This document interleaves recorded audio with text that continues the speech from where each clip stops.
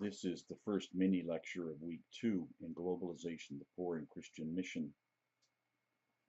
We're going to consider what's going on in the world, and I'm going to bury you in facts and figures and graphs. As you watch this montage, ignore the details. Look for larger patterns.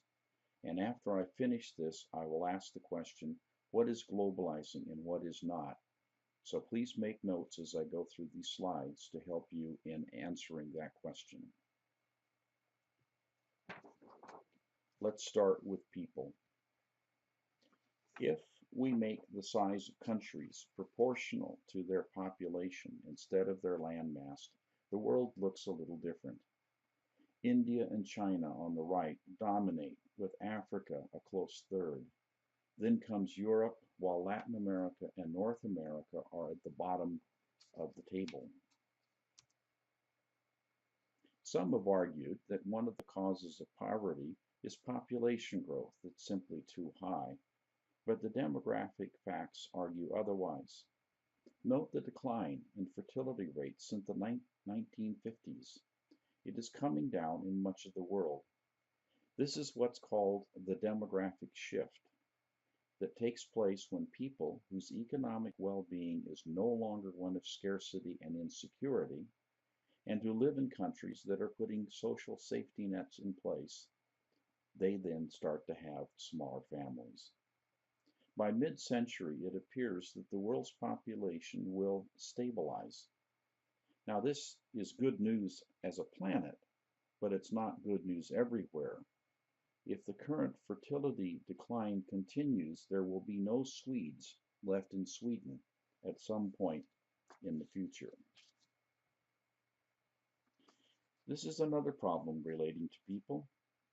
The growth in aging populations combined with lower population growth means there are fewer working age adults, fewer people to work, earn money, and pay Social Security. This is becoming a unique challenge that democracy and capitalism have never had to solve before. It is already a problem in Japan and in a number of European countries, and it is a looming problem for a lot of Asia, including China. The next dimension of our story is that these people are moving, and this takes a number of perspectives. In 2015, the number of international migrants worldwide, that's people residing in a country other than their country of birth, was the highest ever recorded, having reached 244 million. As a share of the world population, however, international migration has remained fairly constant over the last decades at around 3%.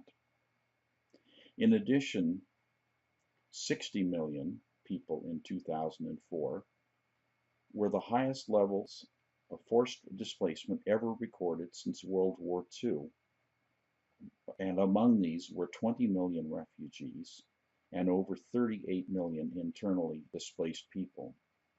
The majority were from Africa, the Middle East, and Asia. This is a 45% increase compared to the 3.5 years ago, largely as a result of the conflict in Syria, which is now in its 6th year.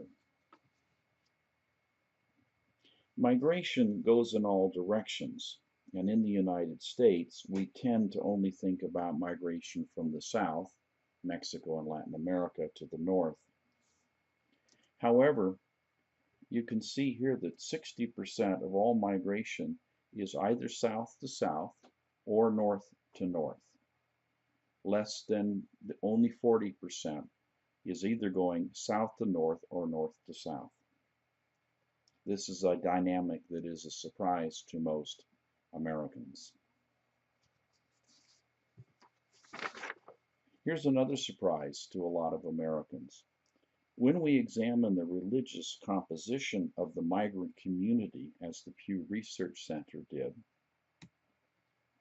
it turns out that almost half of the migrants are our brothers and sisters in Christ, and that 27% are Muslims. Together, Christians and Muslims make up three-fourths of the international migrants in the world. This migration then is a movement of religious people, people that have a faith and want to share it or protect it. Jehu Hansel calls this globalization from below. Another important, interesting feature of globalization has to do with the subject of remittances, people sending money back home. $440 million was sent by migrants to their home countries last year. This is almost 3 times the amount of overseas development aid, and is not that much less than foreign direct investment if you exclude China. While there was a decline in 2008 and 2009 because of the global recession, the remittance stream has recovered rapidly. In many poor countries, remittances are a key to the livelihood of poor people. Listen to The Economist in October of 2009. Remittances are efficient, money-driven means of pushing money toward people who are hard-pressed. Crucially, cash is not channeled through NGOs or civil servants who absorb or waste a big chunk of the aid, nor can corrupt officials easily steal the funds.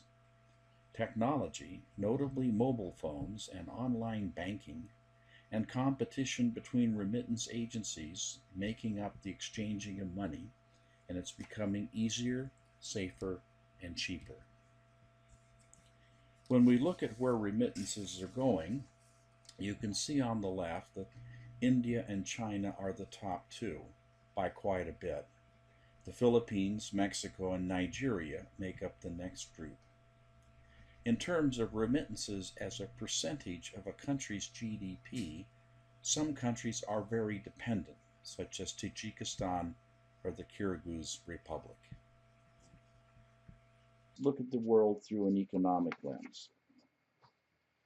Now, the regions of the world are proportional to their gross domestic product. And all of a sudden, North America and Europe dominate, although China is catching up with Europe. Latin America is now much smaller than North America, and Africa is at the bottom of the table.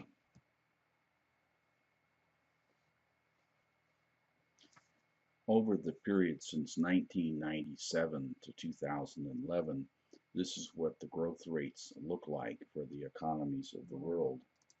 You can see that the United States and the EU have had declining growth rates,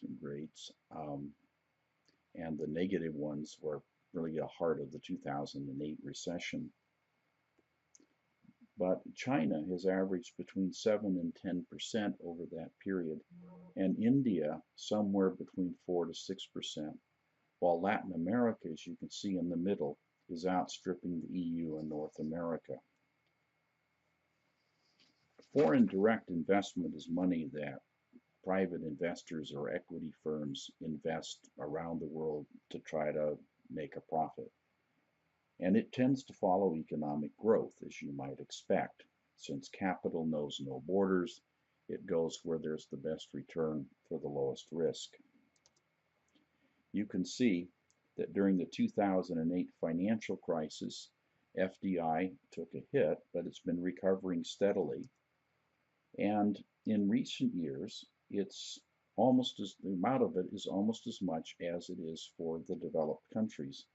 This is good news for job growth and other positive impacts in the global south.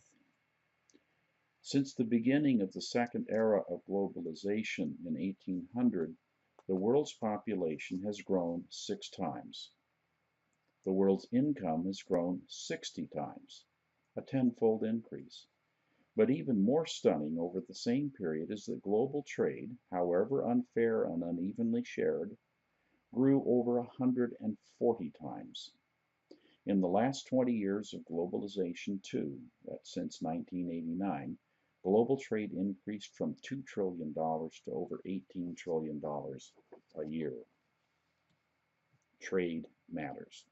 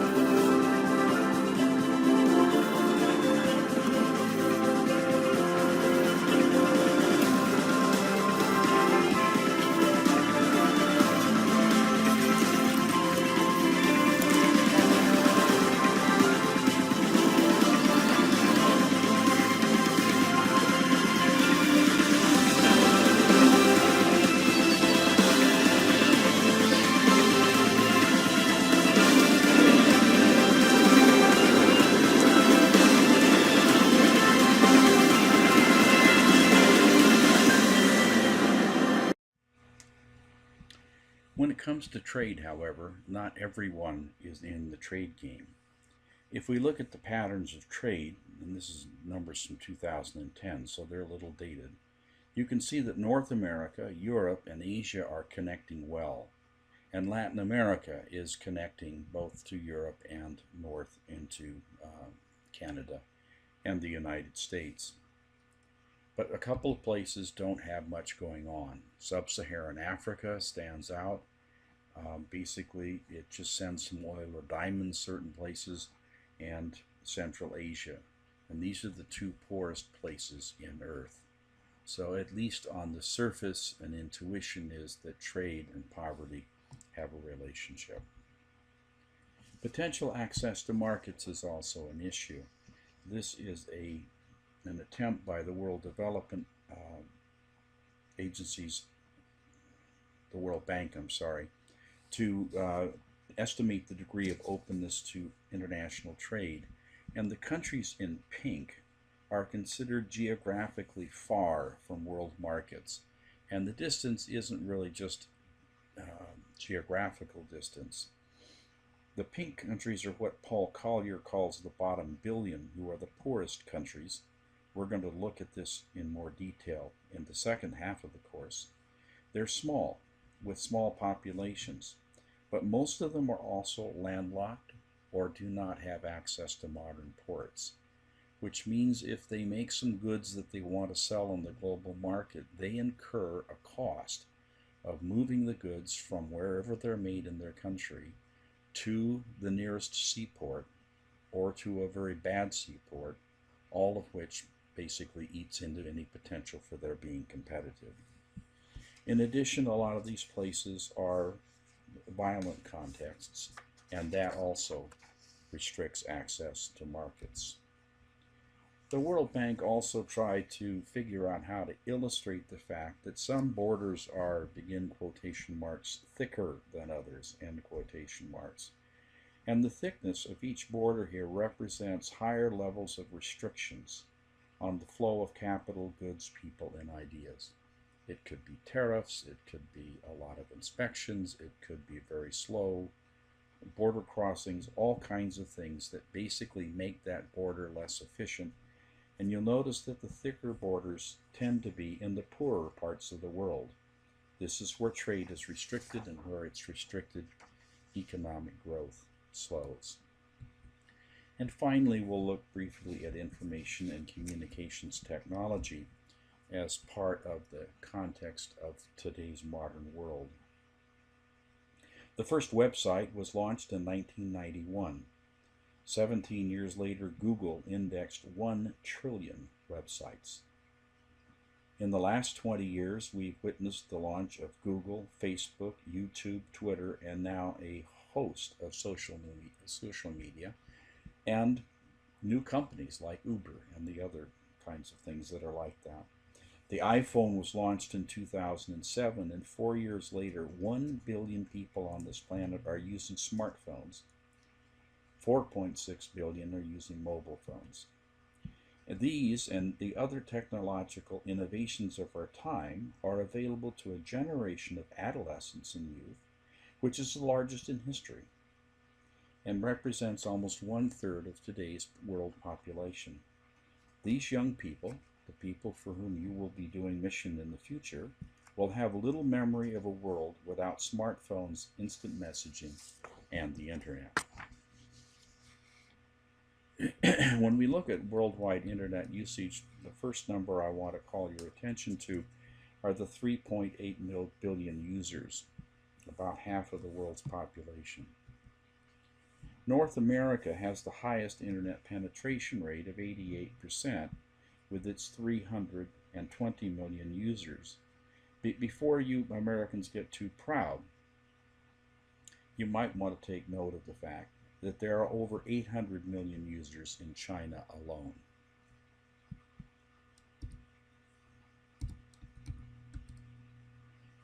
Asia, as you can see, has 1.8 billion users, and that's a phenomenal number, penetration of 45%. Africa is a little bit, is a little bit slower. The penetration rate is 28%, but look at the increase in users, 9.4% a year. So this penetration is increasing all over the world. In terms of the top internet using countries, you can see that the top three are China and India, followed by the United States. Population matters. Also, the middle income countries, the so-called BRICS, Brazil, Russia, India, and China, take 4 of the top 6 posts. These middle income countries are growing fast, and they are using technology more and more rapidly. Another 4 of the top 15 have significant Muslim populations, and 5 are in the global south.